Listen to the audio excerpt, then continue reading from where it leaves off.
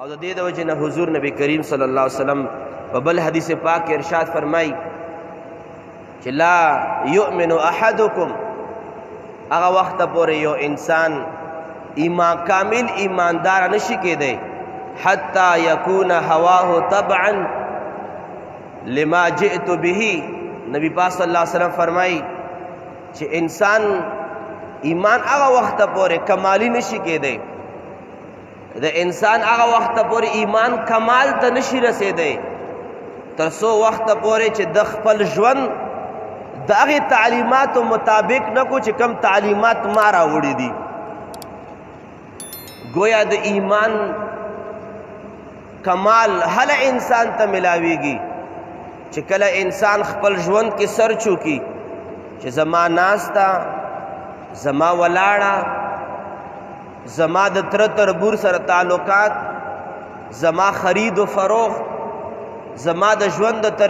تیریدو طریقې کار، دا د الله د رسول د تعلیماتو مطابق دی او کنا که دی ځان ته ویلی شي زه کامل ایماندار یم. خو که چېرې تعلیمات زمونږ د ژوند د هرې مرحلې د الله د رسول د تعلیماتو خلاف وي نو که هر څومره هم ته ځان ته کامل ایماندار وایې،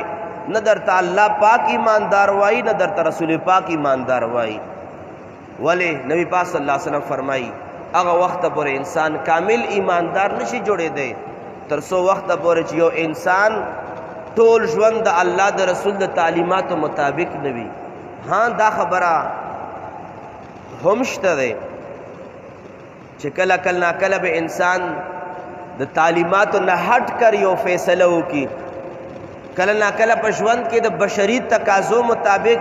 چې نفس زمونږ ملګری دی، شیطان زمونږ دوست دی، د هغې د وجې نه مونږ خطا کېږو تعلیماتو کې. خو اسلام مونږ ته بیا دا ښودلی دی چې بیا په دغې رسوماتو باندې په دغې خطایه باندې بیا په زړه کې پښپیمانه شه چې کومه غلطي تا وکړه په دې باندې پښپیمانه شه او آینده ووایه چې که چېرې داسې مرحلې بیا راغلې زه به د شیطان نه زه به د رحمان تابعداري کومه. ځکه نبي پاک صلی الله علیه وسلم مبارک ارشاد فرمایي کل بني آدم خطاء، هر یو بني آدم د آدم علیه السلام اولاد نه به ضرور په ژوند کې خطاګانې به کیږي. خو نبی پاک فرمایي وخیر الخطائین التوابون. نبی پاک صلی الله علیه وسلم فرمایي چې بیا په دغه خطاکارو انسانانو کې بهترین هغه خلق دي چې پس د خطا نه رجوع الله وکړي، پس د خطا نه توبه وباسي، پس د خطا نه پښپیمانه شي. ضرور کله واده به وي، واده کې مونږ نه خطایي کېږي، بعضې اوقات د مونږ نه رسومات وشي تعلیماتو په مقابله کې، کله ناکله مونږ نه په ژوند کې د مونځ کمی زیاتې راځي، کله په خرید و فروخت کې کمی زیاتې راځي. نبی پاک فرمایي زه بني آدم چې دی دا په ژوند کې ضرور د هغه نه خطاګانې کېږي، خو لیکن د خطا نه بعد اسلام تعلیمات دا ښودلي چې د خطا نه بعد د ګناه نه بعد د الله نافرمانۍ نه بعد بیا الله پاک ته متوجه شه. عرض وکړه یا رب العالمین د فلانکی کار ما کړی دی، ما ناروا کړي، ما خطا کړې ده، تعلیماتو مقابله کې مرسومات خپل کړي، رب کریمه زه پښپیمانه یم، زه داسې یم. غرض دا یو خبره ذهن لراغله د رسوماتو په ضمن کې عرض کومه. یو مولا صاحب یو امام صاحب جمعات کې امام کېدو، امام صاحب ورته وایي چې نن نه بعد به زه ستاسو امام صاحب جوړ شم، خو صرف یو خبر عرض کول غواړم، زم غریب یم، مام بچی دی، مام کور دی، نو مالا چې کومه تنخواه راکوئ نو په هغې باندې لږه مشوره وکړئ چې لکه څنګه ستاسو ضروریات دي دارنګې د مام ضروریات دي. د مام ضروریات د کور شته دی، زم انسان یم، خاورې نه خورم، نو چې ماله تنخواه مقرره کوئ نو داسې ګزارې حال تنخواه مقرره کوئ چې د ما د کور چوله په هغې باندې روانه وي. فیصله وشوه خو فیصله نه کېده چې امام صاحب له 100 روپۍ منتخب کړو د کمیټې جومات کمیټې کسانو. آخر امام صاحب ورته وایي چې تاسو خو به د ما په تنخواه په فیصله باندې سره اتفاق نه راځي، خو به صرف یو خبره ورته زه مشوره درکم چې ما ته د ډم نه سپک مه ګورئ، دا ټول کسان مقتدیان نه اوچت شول عرض کوي امام صاحب دا څه الټه پلټه خبره کوي موږ به تا د ډم نه څنګه سپک ګورو نه نه تا ته موږ قابل عزت یې موږ له جمع راکې د سر تاج یې د الله د نبي وارثانو کې شمارې تا ته به څنګه د ډم نه سپک ګورو موږ به تا ته د هر چا نه عزتدار ځان نه به هم درته عزتدار ګورو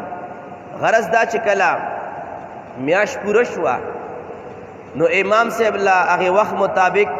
یو 300 روپۍ تنخواه یې وله ورکړه امام صاحب ښه په آرام باندې قبوله کړه اگر چې حالاتو مطابق ډېره کمه وه او اوس هم د امامانو 3,500 او 4,500 او 5,500 روپۍ تنخواه یې ده اوس هم څه لکونه روپۍ نه دي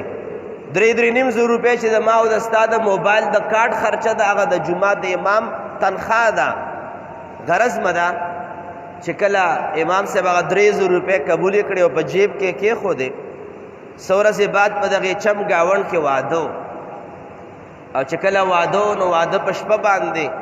بعض علاقو کې اوس هم دا رسومات شته ډمان راولي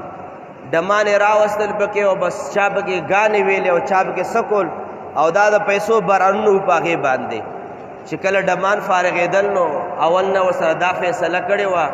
چې ده به دومره روپۍ ورکوي او ده به دومره روپۍ ورکوي او ده به دومره روپۍ ورکوي خو غرض دا چې د چا د ټول نه کمه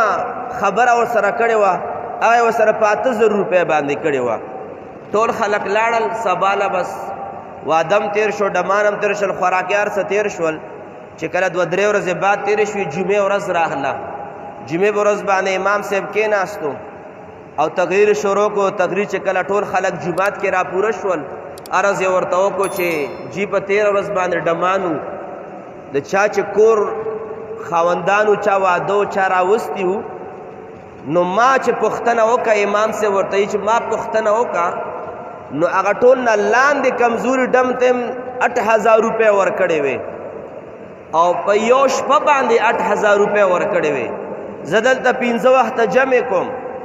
زه دلته ستاسو ماشومان ته سبقونه ښایم زه تاسو ته جی جان کوم زه ستاسو د الله د کور حفاظت کوم